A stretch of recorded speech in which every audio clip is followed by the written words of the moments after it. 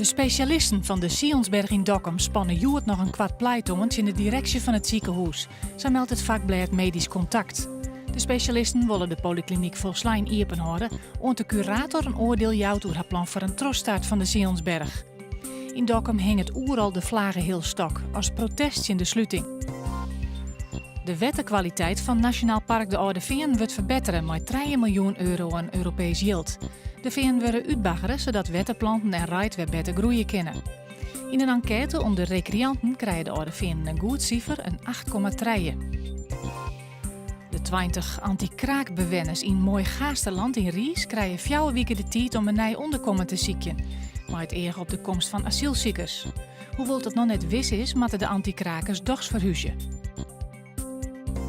De Nederlandse voetbalvrouwen hebben haar voor het eerst in de historie plaatst voor het WK in 2015 in Canada.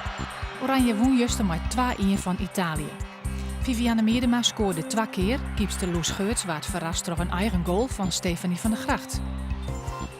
Het is vannacht krek boven het vriespunt en er zit een stevige eerste wien. Morgen en daarom viel het koud aan.